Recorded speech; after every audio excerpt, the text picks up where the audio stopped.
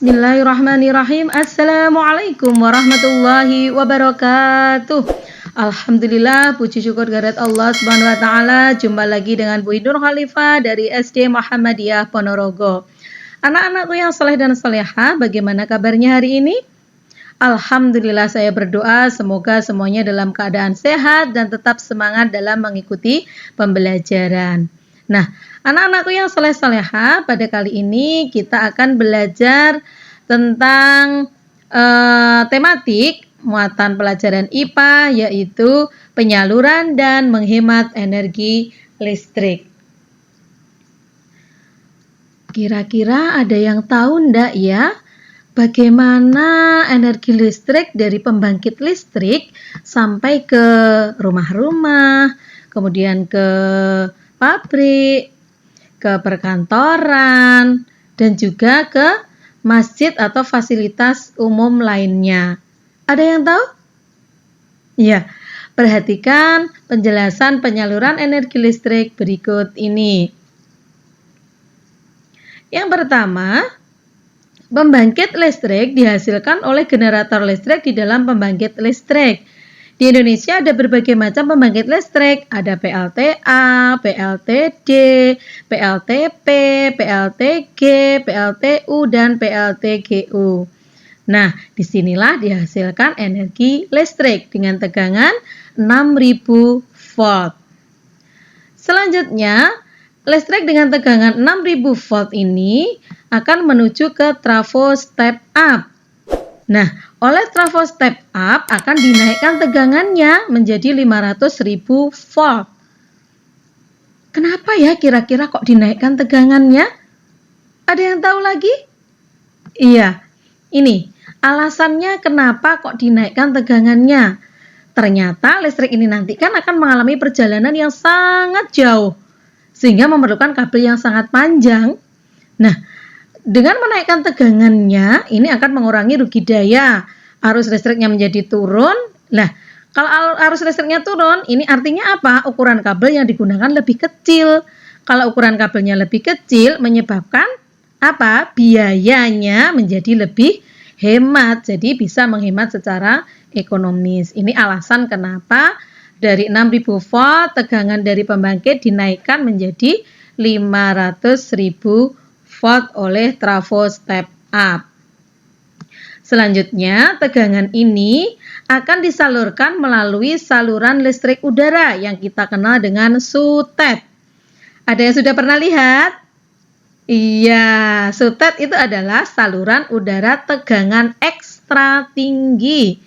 Kemudian dari sutet akan diteruskan menuju ke berbagai gardu induk. Berikutnya, setelah dari sutet akan menuju ke gardu induk yang pertama, tegangannya akan diturunkan oleh trafo step down dari 500.000 volt menjadi 150.000 volt. Kenapa diturunkan? Di sini. Nah, kenapa diturunkan? Iya, perjalanannya sudah tidak sejauh awal tadi. Jadi sudah lebih dekat jaraknya dengan pengguna, apalagi juga sudah dekat dengan rumah-rumah penduduk, sehingga harus diturunkan. Nah, tegangan ini yang diturunkan menjadi berapa tadi? 150 volt, 150.000 volt akan disalurkan melalui SUTT, saluran udara tegangan tinggi, menuju gardu induk distribusi. Jadi bukan lagi sutet, tapi SUTT, saluran udara tegangan tinggi. Tapi sebelum dimasuk ke trafo gardu induk distribusi, sudah ada yang memanfaatkan. Ini dia 150.000 volt dimanfaatkan oleh pabrik-pabrik untuk menyalakan mesin berukuran besar. Jadi di pabrik-pabrik ini, di dunia industri ini, dia menggunakan tegangan 150.000 volt. Nah, yang sudah menuju trafo gardu induk tadi akan diturunkan lagi tegangannya dari 150.000 volt menjadi 20.000 volt oleh trafo step down di sini.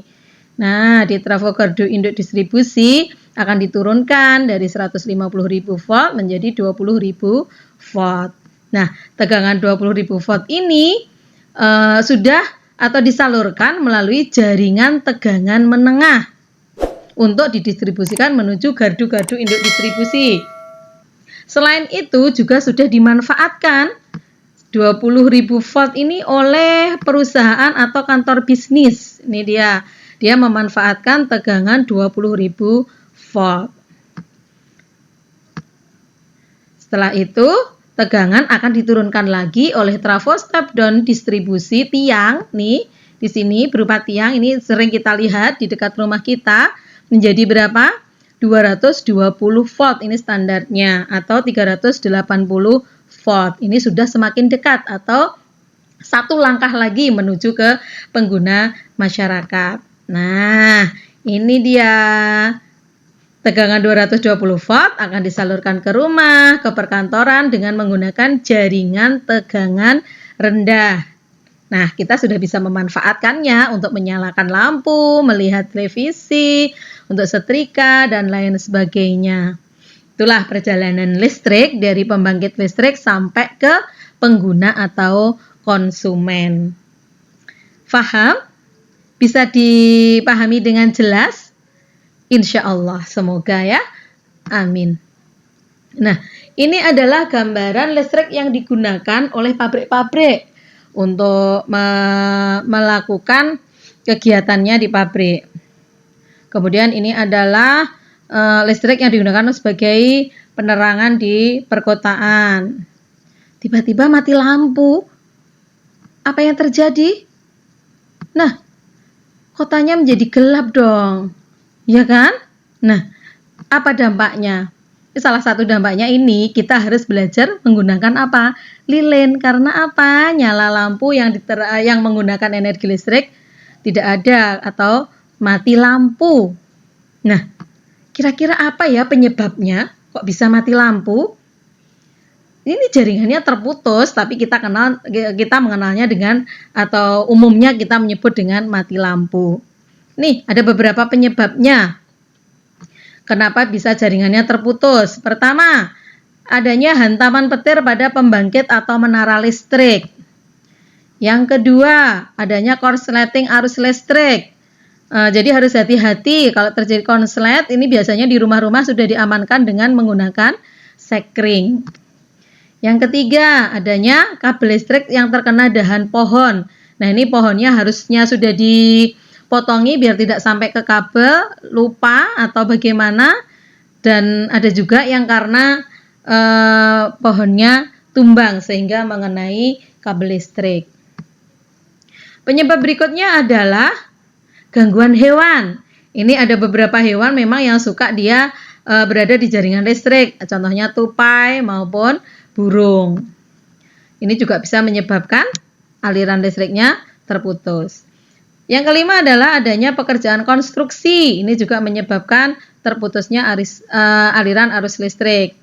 Ada juga adanya penggalian dan perbaikan jaringan. Ini juga menyebabkan mengapa mati lampu.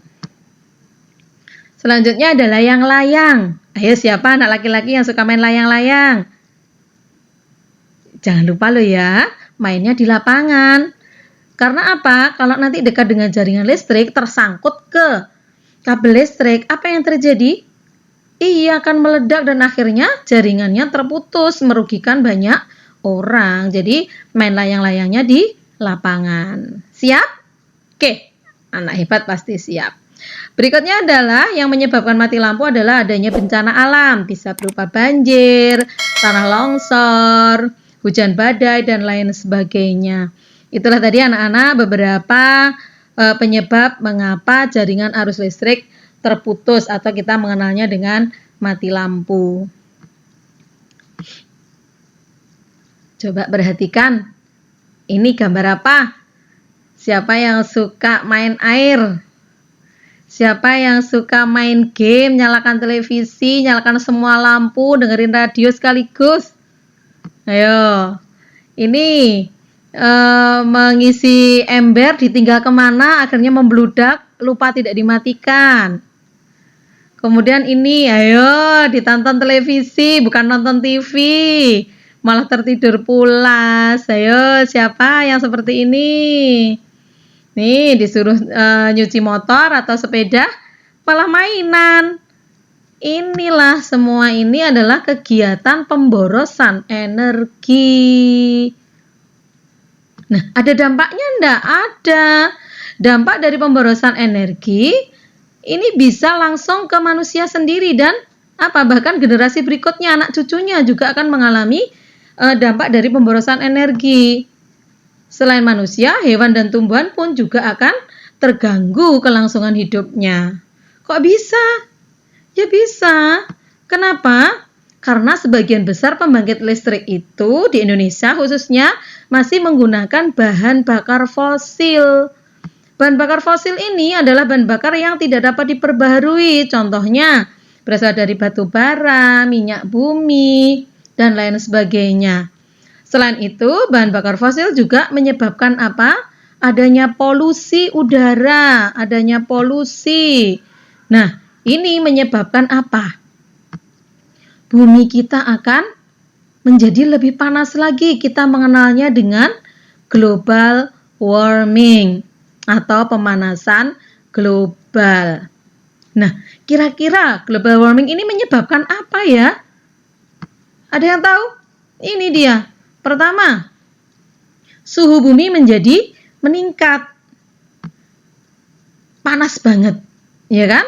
Yang kedua, permukaan air laut meningkat juga, bertambah tinggi permukaannya sehingga ada beberapa wilayah yang harusnya tidak terkena oleh air laut, terkena air laut sehingga berkurang luasnya. Berikutnya, es di kutub mencair. Coba perhatikan, kasihan kan beruang kutubnya tidak punya lagi habitat atau tempat tinggal karena es di kutub mencair. Selain itu juga menyebabkan cuaca ekstrim. Bisa berupa hujan badai, kemudian hujan petir, kemudian ada juga ini badai di lautan. Ini akibat dari global warming atau pemanasan global. Agar tidak terjadi seperti ini, biar kelangsungan hidup anak cucu kita juga terjamin, hewan dan tumbuhan juga tetap hidup dengan damai, maka apa yang perlu kita lakukan? Ayo hemat energi. Bagaimana caranya? Gampang sekali. Ayo coba dimulai dari rumah ya. Pertama, gunakanlah peralatan elektronik dengan daya atau watt yang kecil. Jadi ketika membeli peralatan elektronik, pilih yang dayanya kecil atau hemat. Yang kedua, matikan lampu dan peralatan elektronik jika tidak digunakan. Contohnya ini ketika tidur, matikanlah lampunya. Kemudian yang ketiga, gunakanlah lampu yang hemat energi. Jadi pilih lampu yang lebih hemat energi. Berikutnya cara menghemat energi adalah dengan menggunakan alat elektronik secara bergantian, jadi tidak bersama-sama sekaligus. Seperti tadi di kegiatan ini kamu perhatikan gambarnya, main game, dengerin radio, lihat televisi, nyalakan lampu, kipas angin juga menyala bareng-bareng. Nah, ini termasuk pemborosan energi. Jadi jangan digunakan secara bersamaan tapi bergantian.